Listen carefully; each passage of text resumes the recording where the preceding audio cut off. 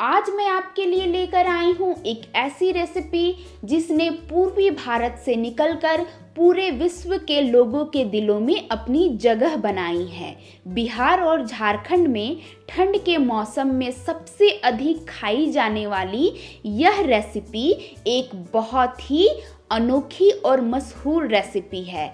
मैं बात कर रही हूँ लिट्टी और चोखे की।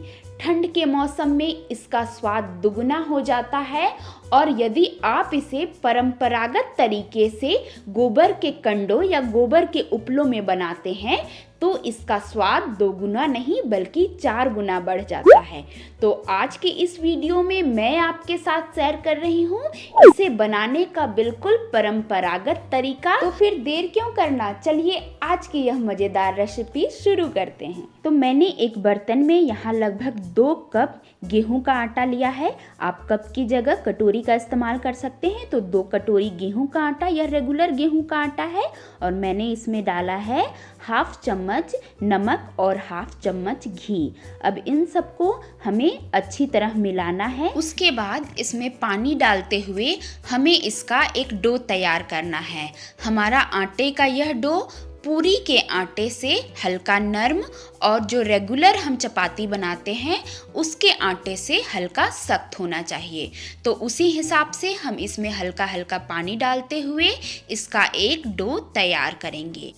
यहाँ लिट्टियाँ बनाने के लिए मैंने आटे का डो तैयार कर लिया है। अब हम इसकी फिलिंग बनाएंगे। तो यहाँ एक बर्तन में मैं ले रही हूँ मिर्च या हरी मिर्च है, लगभग 4 छोटे छोटे टुकड़ों में कटे हुए। लहसुन की कुछ कलियों को भी मैंने बारीक काट लिया है और 1 इंच अदरक को बारीक काट लिया है और यहाँ 1 मीडियम साइज के प्याज को भी मैंने बारीक काट लिया है। तो इन सबको अब हम इस बर्तन में डालेंगे और अब मैं इन्हें यहाँ हल्का क्रश कर ले रही हूँ ताकि यह सब मिलकर एक जान हो जाए और जब हम इन्हें लिट्टी के अंदर भरेंगे तो यह फटकर बाहर ना आ पाए। तो यहाँ मैंने इसे अच्छे से क्रश कर लिया है और अब मैं इसमें डाल रही हूँ हाफ चम्मच अजवाइन जिसे मैंने हाथों से क्रश कर लिया है और बस जरा सी कलौंजी इसका टेस्ट बढ़ाने के लिए, और मैं यहाँ डाल रही हूँ हल्का नमक। और अब एक ज़रूरी चीज़ यह है लाल मिर्च का अचार, इसे भी यहाँ डाला जाता है। आप इसे स्किप भी कर सकते हैं मगर आप यदि इसका मसाला इसमें डालते हैं तो इसका स्वाद बहुत ही अधिक बढ़ जाता है। तो मैंने यहाँ इसे डाला है और अब मैं डाल रही हूँ यहाँ 1 टुकड़ा नींबू का रस। बस अब हमें इन सब को अपने हाथों से बिल्कुल अच्छी तरह मिलाना है। आप यदि इसे चम्मच से मिलाते हैं तो शायद यह उतने अच्छे से ना मिल पाए, इसलिए इसे मिलाने के लिए हाथों का ही प्रयोग करें। अब मैं इसमें डाल रही हूँ 1.5 कप सत्तू। सत्तू सबसे ज़रूरी इंग्रेडिएंट्स है इसमें। और अब यहाँ मैं डाल रही हूँ लगभग 3 चम्मच सरसों का तेल। सरसों का तेल मैंने यहाँ कच्चे सरसों का तेल को लिया है। अब हमें हल्का पानी डालते हुए इसे बिल्कुल अच्छे से मिलाना है और इसका एक बढ़िया सा मिक्सचर हम तैयार करेंगे। तो यहाँ हमारा मिक्सचर तैयार हो चुका है। तो अब हम लिट्टी बनाने के प्रोसेस में आगे बढ़ते हैं। तो यहाँ मैंने आटे की एक मीडियम साइज की लोई ली है और उसे हाथों से इस तरह हमें एक कटोरे का शेप देना है। इसे बनाते वक्त इस बात का ध्यान रखें कि यह नीचे की ओर मोटी और किनारे की ओर पतली हो। उसके बाद इसे इस तरह से हमें एक कटोरे का शेप देना है और 1 चम्मच फिलिंग हम इसके अंदर भरेंगे।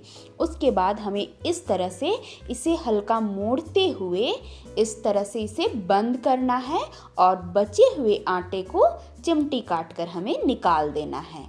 उसके बाद इसे अपने दोनों हथेलियों के बीच रखकर इस तरह नीचे से मिलाते हुए हम इसे बराबर चारों ओर से अच्छे से बंद करते हुए गोल करेंगे। और यहाँ हमारी एक लिट्टी बनकर सिकने के लिए बिल्कुल तैयार है। बिल्कुल इसी प्रोसेस से मैं दूसरी लिट्टी भी आपको बनाकर दिखाती हूँ।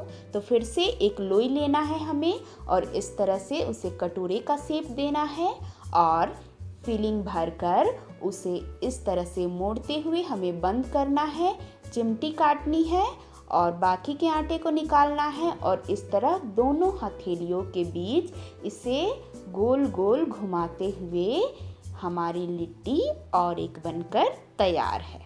तो बिल्कुल इसी प्रोसेस से हम बाकी की लिट्टियों को भी बनाकर तैयार कर लेते हैं। तो यहाँ मैंने सारी लिट्टियों को भरकर तैयार कर लिया है। यह लिट्टी अब सिकने के लिए बिल्कुल तैयार है। इससे पहले कि हम लिट्टी सेके, हम लिट्टी के साथ खाने के लिए चोखे की भी तैयारी कर लेते हैं। तो यहाँ मैंने 3 बैगन लिए हैं, 2 आलू लिए हैं और 3 टमाटर लिए हैं। साथ ही मैंने लिया है यहाँ हरी मिर्च और लहसुन की कुछ कलियाँ। तो सबसे पहले हमें बैगन में इस तरह से चीरा लगाना है और उसके अंदर साबुत हरी मिर्च और लहसुन की 1 या 2 कलियाँ डाल दें। लहसुन की कलियाँ और हरी मिर्च जब इनके साथ भुनेगी तब इसका जायका और ज़्यादा बढ़ जाएगा। इसी वजह से मैं इसके अंदर इसे चीरा लगाकर डाल रही हूँ। तो इसी तरह बाकी के बैंगन में भी चीरा लगाकर मैंने लहसुन और हरी मिर्च उनके अंदर भर दी है। तो अब ये भी गोबर के उपलों में भुनने के लिए तैयार है। और यहाँ मैंने लगभग 15 मिनट पहले गोबर के उपलों को जला लिया है और यह बिल्कुल अब तैयार होने को ही है। और मैंने यहाँ इसे डाल दिया है। जब गोबर के उपले हल्के ठंडे हो जाए तभी आप इसमें डालें, वरना यह ऊपर से जल जाएगी और अंदर से यह पकेगी नहीं। तो इन्हें बीच बीच में इस तरह से पलटते रहें एक चिमटे की मदद से, ताकि आपके हाथ ना जलें।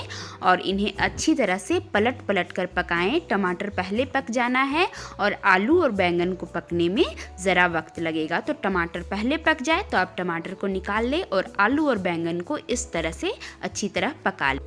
चोखे की सारी सामग्री यहाँ पक चुकी है। तो अब हम जल्दी से पहले चोखा बना लेते हैं। तो इन सबको अब अपने हाथों से अच्छी तरह इनमें जो भी ऊपर से काले हो चुके हैं उन्हें निकाल कर फेंक दें। और हाँ, एक ख़ास बात, इन्हें आप पानी से धोने की गलती बिल्कुल ना करें, क्योंकि जहाँ आपने इन्हें पानी से धोया इसका सारा स्वाद चला जाना है। इसलिए आप इन्हें पानी से बिल्कुल ना धोएं। अब इन्हें अच्छी तरह निकाल लें। बैगन को भी इसी तरह से और आलू को भी छिलकर निकाल ले। और हाँ, बैंगन के अंदर जो हमने लहसुन की कलियां और हरी मिर्च जो हमने साथ में रोस्ट किया है उसे आप निकाल कर अलग रख लें।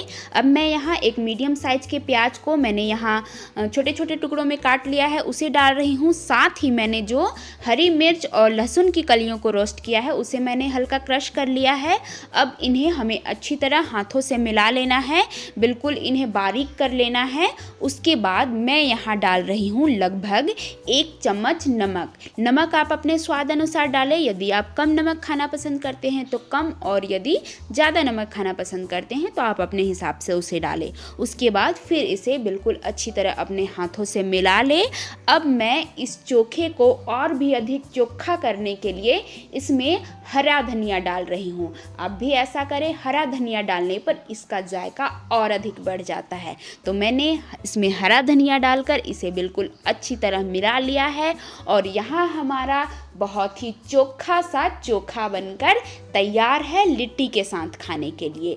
अब बारी है लिट्टियों को सेकने की। तो मैंने फिर से वहाँ गोबर के कुछ उपले डालकर फिर से आग बना लिया है और अब मैं वहाँ लिट्टियाँ डाल रही हूँ। लिट्टियाँ आप धीरे धीरे कर उसमें अलग अलग जगहों पर डालें ताकि ये एक जगह ही ना सिमट पाएँ। और आप इन्हें डालते वक्त इस बात का ख्याल रखें कि गोबर के उपले इतने भी अधिक गर्म ना हो कि लिट्टियाँ अंदर से कच्ची रह जाए और बाहर से जल जाए। तो उसी हिसाब से हमें इसमें डालनी है इन्हें। और यहाँ मैंने सारी लिट्टियों को डाल दिया है। अब हमें थोड़ी थोड़ी देर में इन्हें पलट पलट कर अच्छी तरह सेक लेना है। तो यहाँ हमें इन्हें सेकते हुए अब लगभग 15 मिनट हो चुके हैं। इन्हें अच्छी तरह सब ओर से सेक कर पकाना है। उसके बाद अब हमें इन सारे लिट्टियों को एक जगह इकट्ठा कर इसके ऊपर जो गर्म गोबर के उपले हैं उन्हें डालना है। ऐसा इसलिए ताकि यह अंदर से बिल्कुल अच्छी तरह सीख पाएँ। परंपरागत तरीके से जो लिट्टियाँ बनाई जाती है उन्हें लगभग 10 से 15 मिनट तक इस तरह ढककर ज़रूर पकाया जाता है ताकि लिट्टियाँ अंदर से अच्छे से पक जाएं। तो मैंने भी वही तरीका अपनाया है और अब थोड़ी देर के बाद मैं लगभग 10 मिनट हो चुके हैं, मैं उन्हें इस तरह से निकाल ले रही हूँ और देखिए हमारी यह लिट्टी सिक कर बिल्कुल तैयार है खाने के लिए। तो हमें इन सारी लिट्टियों को अब यहाँ से निकाल लेना है। तो यहाँ मैंने सारी लिट्टियों को निकाल लिया है और अब हमें एक सूती कपड़ा लेना है इस तरह से, और एक एक कर सारी लिट्टियों को इस तरह से रगड़ रगड़ कर उसमें लगे राख को साफ़ करना है। ऐसा करने से राख भी साफ़ हो जाएंगे और हमारी लिट्टियाँ साफ़ हो जाएंगी और खाने में और भी अधिक स्वादिष्ट हो जाएंगी। तो यहाँ इस तरह से सारी लिट्टियों को एक एक कर कपड़े से साफ़ कर लें। और अब बारी आती है इन्हें परोसने की। तो मैंने हरे धनिए की चटनी भी बनाई है तीखी वाली, उसे भी मैं इसके साथ ले रही हूँ। साथ ही इस चोखे को सर्व कर रही हूँ। और साथ ही मैंने लिया है प्याज और हल्का खीरा, इसे भी आप इसके साथ खाएंगे तो जायका बढ़ जाएगा। और यहाँ मैंने लिट्टियों को पूरी तरह से घी से सरोबार कर दिया है और लिट्टियों को हल्का तोड़ भी लिया है ताकि घी उनके अंदर चली जाए। और यहाँ घी डालकर हमारी लिट्टियाँ खाने के लिए बिल्कुल तैयार है। ये बहुत ही स्वादिष्ट बिहार और झारखंड की फेमस लिट्टी चोखा की रेसिपी मैं आज आपके लिए लाई। यदि आपको मेरी यह रेसिपी पसंद आई तो मुझे कमेंट करके ज़रूर बताएं और नीचे सब्सक्राइब का लाल बटन दबाकर मेरे चैनल को ज़रूर सब्सक्राइब कर ले ताकि आपको आने वाले वीडियोस के नोटिफिकेशन सबसे पहले मिल सके। मुझे इंस्टाग्राम में भी ज़रूर फॉलो करें। आज के लिए बस इतना ही, मिलती हूँ और एक नई मज़ेदार रेसिपी के साथ। तब तक के लिए बाय।